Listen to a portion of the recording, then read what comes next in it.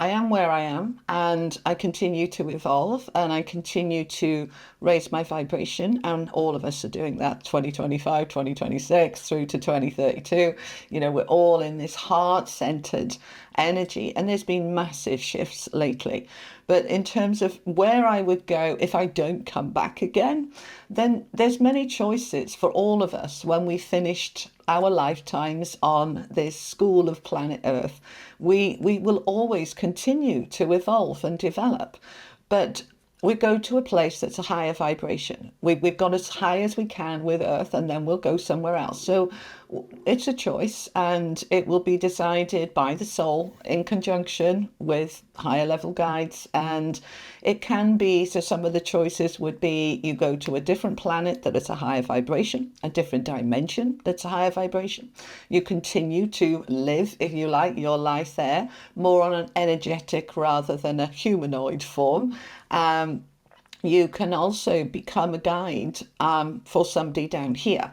And many, they're just talking to me now, they're saying, my guides are saying, many of us will continue to live lives in other dimensions, planets, and come back to Earth sometimes as well. But we know enough that we can help, you earthlings kind of thing. So you can kind of agree a contract to be a guide for somebody else. And you might be with them for one lifetime, you might be with them for half a dozen lifetimes, see them through something, and then that's helping you grow. So, like my spiritual team, as I evolve, they're evolving. Because they're helping me grow, which helps them grow. And every time they have to help me through some kind of growth or challenge or situation, they're having to use their own resources to bring to bear. Like teachers get better over time as they have more experience. That's what our guides are. They're our teachers. But also life and living and people down here are our teachers as well, because everything is a mirror. Everything, especially relationships, can be our biggest challenges, our biggest joys, our biggest triggers, and they're there to help us to heal, release, grow, examine, explore. But curiosity is the name of the game. It really is. It's like, what's going to inspire the curiosity, the adventurous spirit within everybody at every level, including guides, including those beings of light that are on higher dimensions. They're really curious too. So curiosity is part of our energy, as well as love. We are love. We come from love. We go back to love. We're always growing and evolving in love. And so we kind of explore the different elements that can help that to grow. And equally, as we are evolving as people and as spirits and souls, the planets themselves in the universe are evolving and growing. So as we're ascending, so is Gaia, Mother Earth, so are the other planets. Planetary alignments are moving and shifting, and that changes the vibration in the cosmos, which changes our vibration.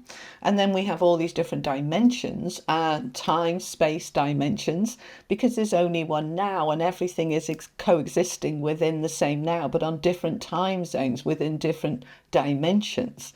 And people find that a little difficult to wrap their head around sometimes, and I get it, okay. But it's saying, all right, well, let's just imagine on planet Earth in terms of our time zones. You're in Australia, aren't you? Right, we are talking right now, and right now it is 11:17 a.m. where I am, and where it is where you are is probably 9 or 10 p.m. We're in different time zones, but we're still in the same now. So when we can kind of say, right, well, let's imagine then different dimensions in different time zones, but they're all in the same now. Does that Mm. it it starts to go a little bit, your head is, Well, because it's a we're bit so, more, yeah, it's a bit more grounded than I've previously heard it. Yeah, no, no, no, that's helping. That's helping. yeah, I mean, we're so used to the linear kind of the straight line of past and present and future. But if we kind of bring it into a circle and collapse it all into the now, and then say within that there are multiple dimensions. So an example would be years ago. I don't do it anymore. I've done it for 20 years, but I used to do what I call ghost busting. Okay. So I go into somebody's house. They're like, we've got a ghost, get rid of it. It's freaking us out. Things, the chair rocks and things happen. Did you And I have the go in, backpack and the vacuum sucker? Oh, damn it. I go in Sorry. usually with crystals or something, and my spiritual team, and I would just connect in with that spirit, and I'd be able to see and talk to them, and they would be very often quite angst, quite annoyed, quite angry, and when you talk to them, it's like they're in my house. And I'm like, yeah, they think you're in their house. It's like, this is my house. So what we've got is a crossover of two different time zones. So let's say, in this particular house, there's a family of four living and it's the modern day. And there's another family of four living there from 100 years ago. And you've got a veil between the different time zones. So we talk about the veil between us and spirit, yeah? So you have a veil between us and different time zones. But in the now, we're all living in the same house at the same time. But through that veil, I'm not explaining this very well, when the veil is thin, No, you're doing great. you can sense what we would call a ghost or spirit in the house, in the room, and they can sense you. So they're as freaked out by you as you are by them. And they're like, what are these people doing in my house? So I have to explain to them that, they live here and it's a different year and it's okay. And what we're going to do, rather than exercise them out, is I kind of re-put the veil in place so that you can't see each other. You get on with your time zone and you get on with yours. So we've got the past and the present colliding.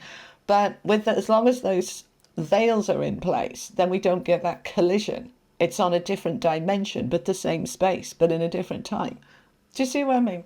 It's all a I, bit weird, I know, but this is going to become more and more clear mm, and more understood as we continue to raise our vibration, because more and more people will start to sense energies, vibrations. We all do it to a certain extent. You walk in a room where there's been an argument and you can say, go, you can cut the atmosphere in here with a knife.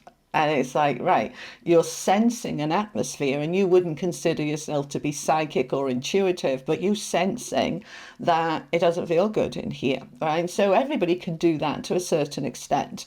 But what's happening as we're raising our vibration is more and more people are kind of awakening to their own sixth sense, inner sense, intuition, being able to sense more, not just when it's a really bad vibration, it feels horrible, but to be able to sense when it feels really lovely. I love going to that place. I always come out feeling uplifted and inspired, and I don't know why. I don't know what it is about it. I just love it.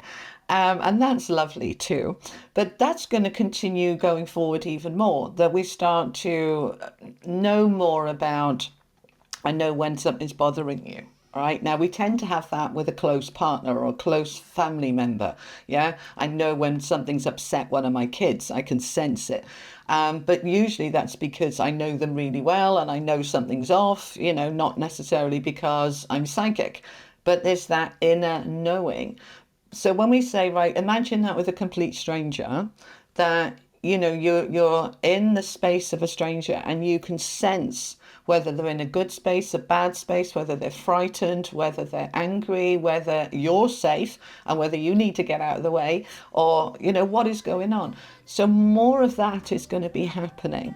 And the more we can accept that this is a gift, not a curse. Yeah, it's helping me to kind of suss things out. Hey there, Inspired Evolutionary. If you absolutely loved this, well, then here's a full conversation with this guest on the Inspired Evolution podcast. Check it out now.